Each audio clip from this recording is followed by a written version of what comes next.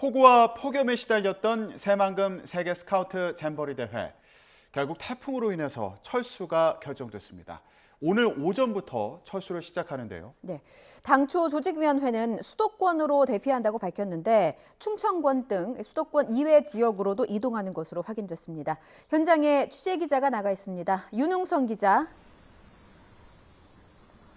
네, 새만금 잼버리 전망대에 나와 있습니다. 네, 지금 뒤로 보니까 대원들 철수 준비가 한창인 것 같은데 철수는 언제부터 시작됩니까? 네, 본격적인 철수는 오전 10시부터 시작됩니다. 현재 저희가 있는 전망대에서는 아침 6시부터 식사를 마친 대원들이 곳곳에서 남은 짐을 준비하는 모습들을 볼 수 있는데요. 잼버리 조직위원회는 어제 오후 브리핑을 통해 태풍 6호 태풍 카눈이 북상함에 따라 이곳 새만금도 영향을 줄 것으로 보고 안전을 위해 비상 대피를 결정했습니다. 많은 양의 비가 오면 간척지인 새만금 야영장은 침수될 가능성이 높기 때문입니다. 조직위는 당초 수도권으로 대피한다고 발표했지만 충청권 등 다른 지역으로도 이동하는 것으로 확인됐습니다. 철수 규모는 먼저 조기 퇴영한 미국과 영국을 제외한 156개국 3만 6천여 명이 전원이 대상입니다. 이동을 위한 버스만 1,000대 이상이 동원될 예정이고 국가별로 의사소통을 위한 통역 요원도 배치됩니다. 경찰은 순찰차와 사이카를 활용해 야영지에서 인근 고속도로 나들목까지 호송할 계획입니다. 행정안전부는 대규모 인원인 만큼 모든 이동이 마칠 때까지 6시간 이상 걸릴 것으로 예측하고 있습니다. 예, 대규모 인원인데 숙소 그리고 남은 일정 동안 프로그램은 어떻게 진행이 되는 겁니까? 네, 앞서 조기 퇴영한 영국의 대원 4천여 명도 서울에서 숙소를 잡느라고 애를 먹었습니다.